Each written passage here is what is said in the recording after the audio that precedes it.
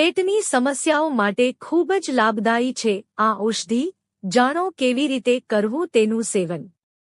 1. ઘણા બધા ઘરોમાં વૃદ્ધ લોકોને ઘણીવાર ઈસબગુલના ઝીણા દાણા અને તેના ભૂસાનો ઉપયોગ કરતા જોયા હશે. ઈસબગુલને આયુર્વેદમાં પેટની તમામ સમસ્યાઓ માટે રામબાણ ઔષધિ માનવામાં આવે છે. 2. હકીકતમાં જોઈએ તો ઈસબગુલ પ્લાટાગો ઓવાટા નામના છોડનું બીજ હોય છે.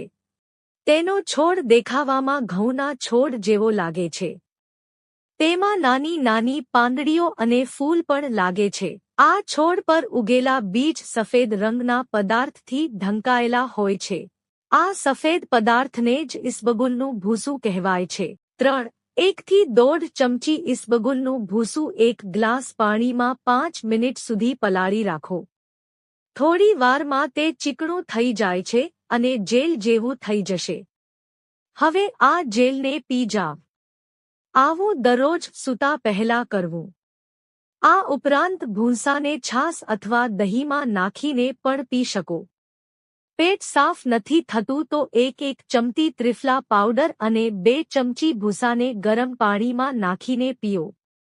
4. ઈસબગુલના દાણા અને ભૂસામાં ઔષધીય ગુણો મળી આવે છે. જો કે મોટા ભાગના લોકો તેના ભૂસાનો ઉપયોગ કરતા હોય છે.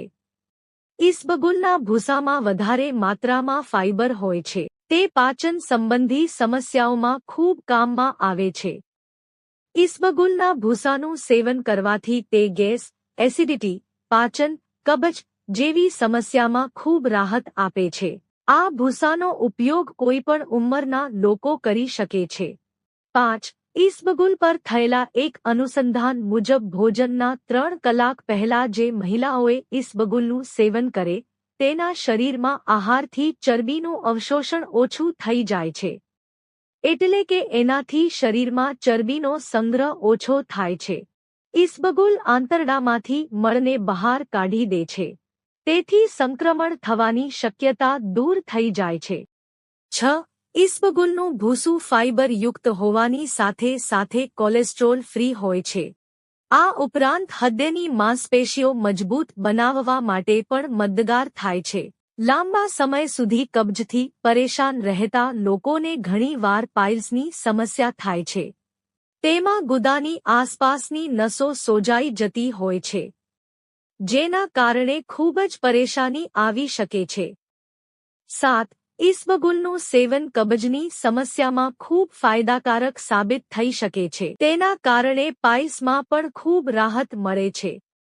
આજકાલ વજન વધવો એક મોટી સમસ્યા બની ગયું છે.